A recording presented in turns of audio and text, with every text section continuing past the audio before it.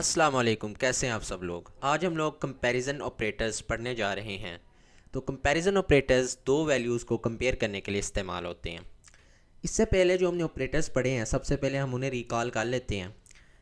हमने assignment operators पढ़े थे, जैसे हम कोई भी वेरिएबल बनाते हैं, उसके बाद हम इक्वल लगाते हैं, वो उस वेरिएबल को वैल्यू असाइन करने के लिए यूज़ होता है, तो वो एक असाइनमेंट ऑपरेटर है। इस तरह ऑगमेंटेड असाइनमेंट ऑपरेटर हमने पढ़े थे। उसके बाद हमने अरिथमेटिक ऑपरेटर्स भी पढ़े थे, जो एडिशन सब्ट्रैक्शन वगैरह के लिए इस्तेमाल होते हैं ना, वो सारे हमारे अरिथमेटिक ऑपरेटर्स थे। आज हम लोग पढ़ने जा रहे हैं कंपैरिजन ऑपरेटर्स के बारे में। अभी हम इसलिए पढ़ रहे हैं, मेरा तो ये मन था कि आपको सीधा इफ एल्स स्टेटमेंट्स पढ़ाई जाती, लेकिन मैंने कहा कि पहले आपको कंपैरिजन ऑपरेटर्स पढ़ा दिए जाएं, फिर हमारे इफ एल्स स्टेटमेंट्स को पढ़ना आसान होगा। तो चले सबसे पहले हम कंपैरिजन ऑपरेटर देखते हैं। अब जैसे मैं एक दो वेरिएबल्स बना लेता हूँ, एक मैं एक्स बनाता हूँ, उसको मैं वैल्यू असाइन करता हूँ 5। वाई मैं बनाता हूँ एक वेरिएबल, उसको मैं वैल्यू असाइन कर देता हूँ 10। अब ये दोनों इक्वल नहीं है, लेकिन यार मैं इन दोनों की वैल्यूज़ को कंपेयर करके चेक करना चाहता हूँ कि क्या ये दोनों इक्वल हैं। तो फिर मैं कंपैरिजन ऑपरेटर्स का यूज़ करूँगा। तो मैं प्रिंट करूँगा, और प्रिंट करते वक्त मैं लिखूँगा कि x, अब यहाँ पे दो इक्वल के साइन आएंगे, इसे मैं हटा लेता हूँ। यहाँ पे दो इक्वल के साइन आएंगे y। अब इसका क्या मतलब है, ये तो डबल इक्वल है ना, सिंगल इक्वल नहीं लिखना। सिंगल इक्वल लिखेंगे तो फिर वो असाइनमेंट ऑपरेटर है, वो वेरिएबल, ये हमने सिंगल इक्वल यहाँ पे यूज़ किया है, ये वैल्यू असाइन करने के लिए इस्तेमाल होता है, तो इसलिए यहाँ पे डबल इक्वल इस्तेमाल होता है।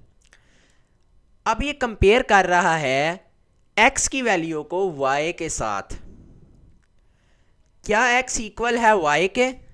अगर x इक्वल्स हुआ y के तो फिर ट्रू प्रिंट होगा, अगर x ना इक्वल हुआ y के फिर फॉल्स प्रिंट होगा। तो अब हम इसको एक दफ़ा चला के देखते हैं। As you can see x और y की वैल्यू इक्वल नहीं है, तो फॉल्स प्रिंट हो रहा है। अच्छा, अब उसके बाद हमारे पास आता है ये इक्वल्स टू का ऑपरेटर है, इसको इक्वल्स टू कहते हैं। दूसरा हमारे पास आता है नॉट इक्वल्स टू, बल्कि ना हम इस तरह करते हैं कि इस लाइन को मैं कमेंट बना देता हूँ। नॉट इक्वल्स टू के लिए ना हमने पहले ये एक्सक्लेमेशन मार्क लगाना है।